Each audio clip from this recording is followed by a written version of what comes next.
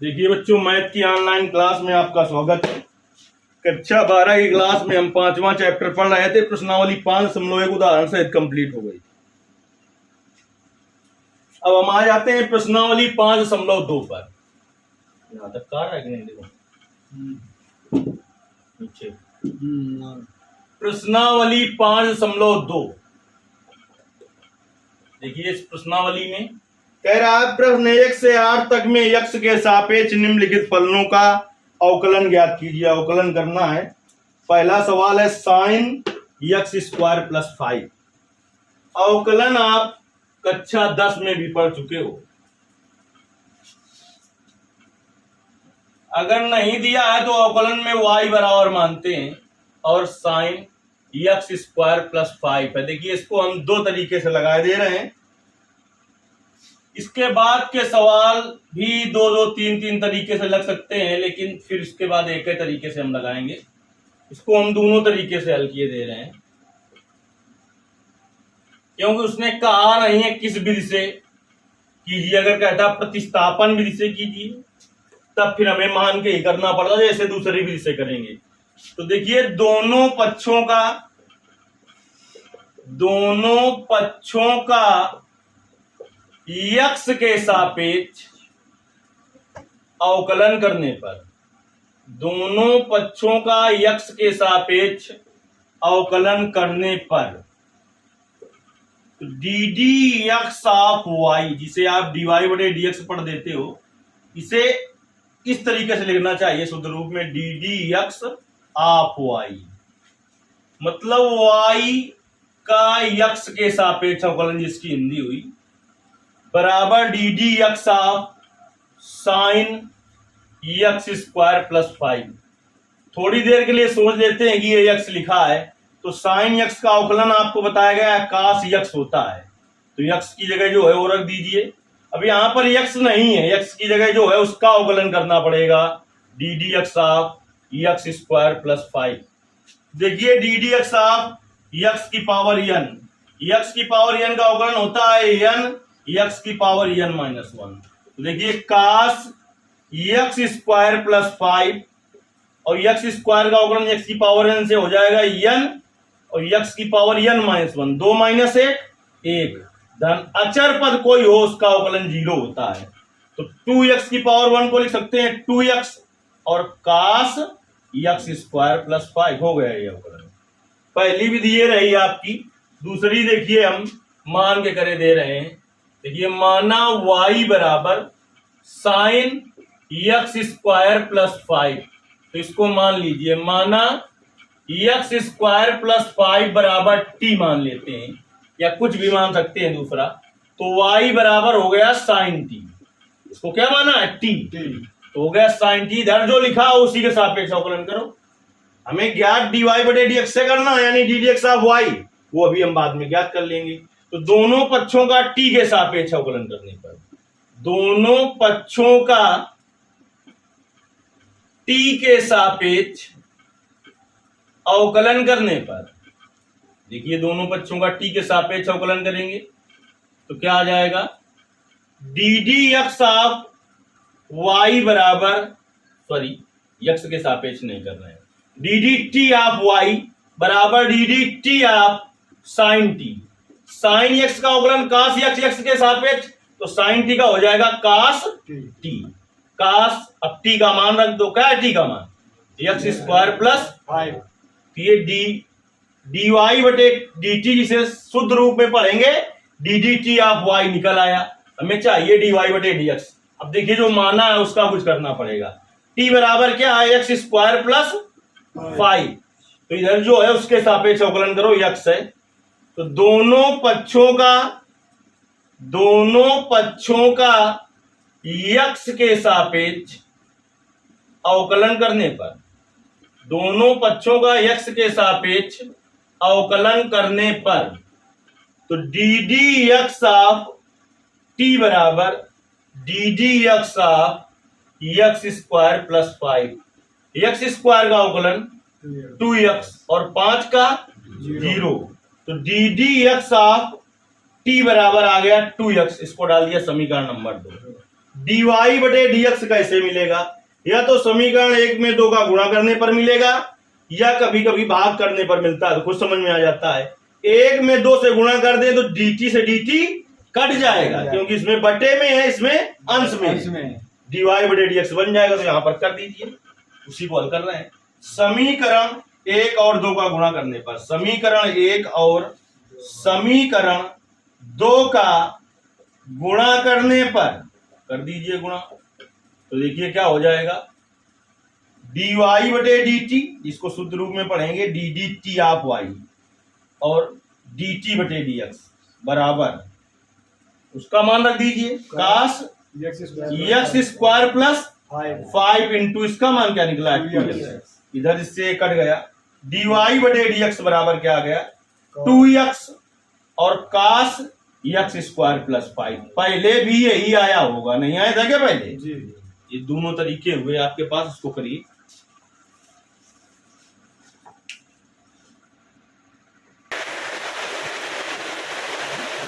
देखिए पहले सवाल का हल था, हम दूसरा सवाल हल कर रहे हैं। देखिए दूसरा सवाल है आपका cos और कोष्ठ में है sin x, इसका अवकलन करना है। तो वेग विधि से हल कर दे रहे हैं। माना y बराबर cos और कोष्ठ में है sin x। देखिए दोनों पक्षों का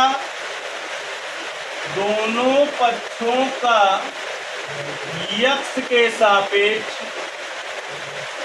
अवकलन करने पर, इस तरफ जो उसी के सापेक्ष करते हैं, अवकलन करने पर मान के भी कर सकते हैं, विधि है दूसरी सीधे करेंगे।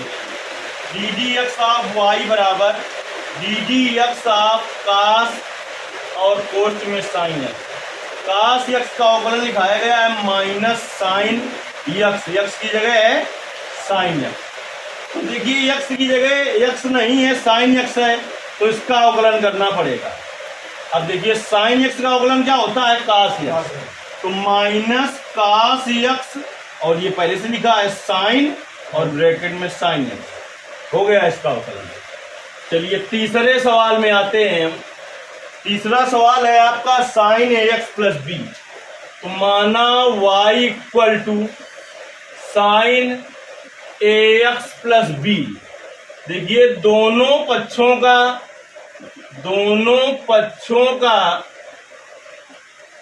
यक्स के सापेक्ष अवकलन करने पर, दोनों पक्षों का एक्स के सापेक्ष अवकलन करेंगे। देखिए क्या आ जाएगा, d d x of y बराबर d d x of sine A x plus b. इस पूरे को मन में एक्स मान लो, तो साइन एक्स का अवकलन क्या होता है कास एक्स, एक्स की जगह क्या है a x plus b, x की जगह जो है उसका अवकलन करो d d x of a x plus B.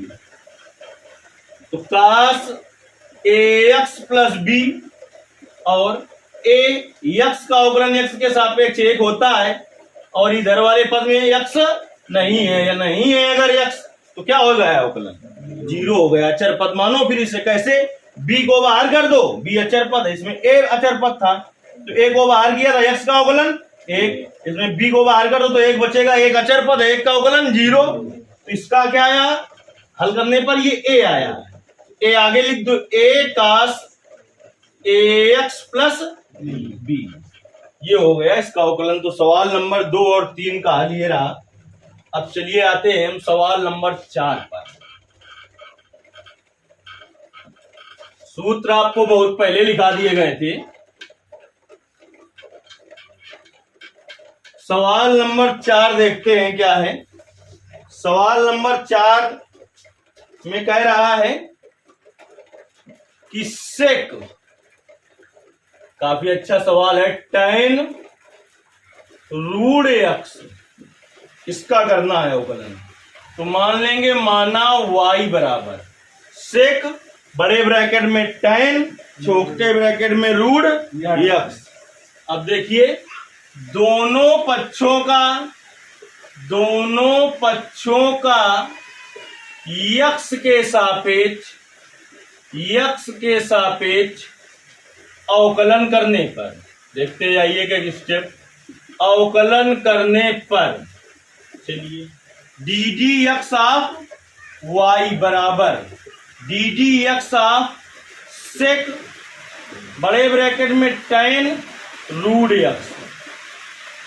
अब सेक एक्स का अवकलन लिखाया गया है sec x into tan x, तो एक्स की जगह ये पूरा है, इसका हो गया सेक एक्स, एक्स की जगह tan root x, sec x into tan x, तो tan रूट एक्स।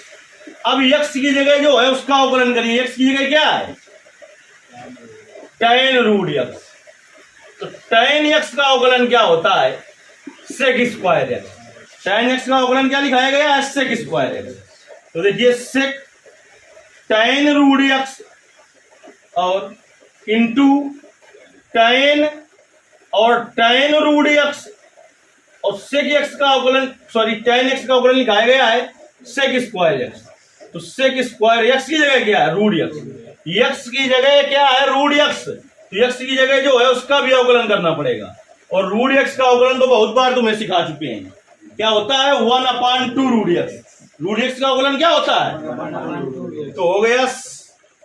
देखिए यहां पर लिखे अगर ऐसे कि sec square root x into root x का अवकलन 1/2 रूट एक्स, और बाकी ये लिख दीजिए गुणन इंटू सेक ब्रैकेट में tan रूट एक्स और इंटू tan और ब्रैकेट में tan रूट एक्स, ये इसका अवकलन रहा।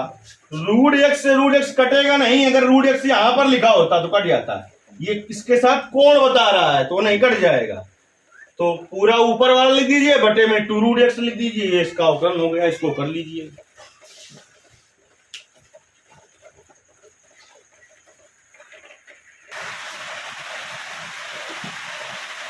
देखिए सवाल नंबर 4 था, सवाल नंबर 5 पर आते हैं हम।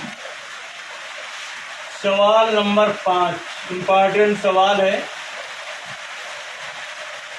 देखिए कह रहा है कि साइन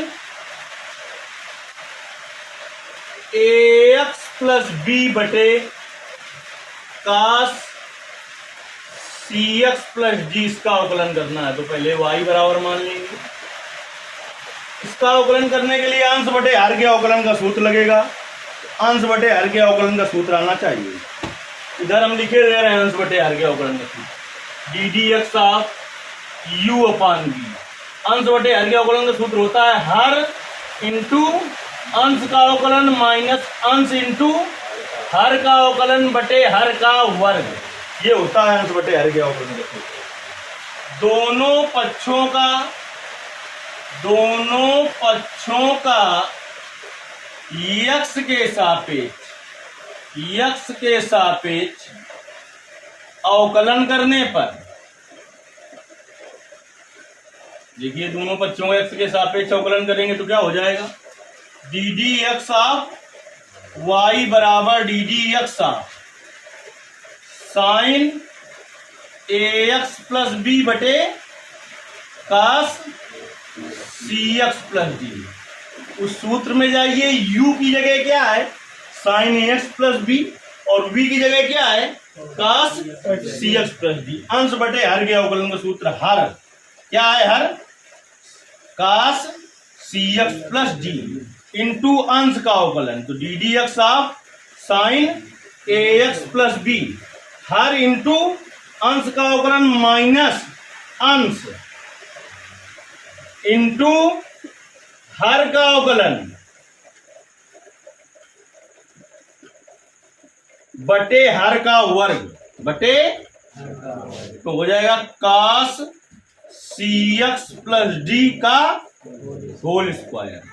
अब अवकलन करते हैं, देखिए कास सी x plus d sine x का अवकलन कास एक्स, तो कास ए एक्स प्लस बी, लेकिन यहां पर एक्स नहीं है जो है उसका अवकलन करो, क्या है यहां पर a x plus b minus sine A x plus B into cos x का अवकलन माइनस साइन एक्स, तो माइनस साइन एक्स की जगह सी एक्स प्लस डी अब x की जगह जो है उसका अवकलन करो, d d x of c x plus D बटे हर का वर्ग बटे, तो हो जाएगा कास स्क्वायर सी एक्स प्लस डी। अब देखिए इधर करते हैं, या ऊपर का साफ इधर कर देते हैं, ऊपर का साफ कर देते हैं इधर।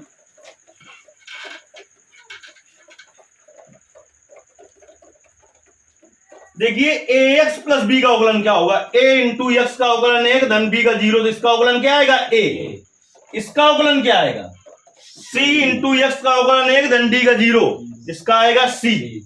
तो पूरा सरल करके लिख देते हैं, ए आगे लिख देते हैं, तो क्या हो जाएगा ए फिर कास सी x plus D into cos ए एक्स प्लस बी।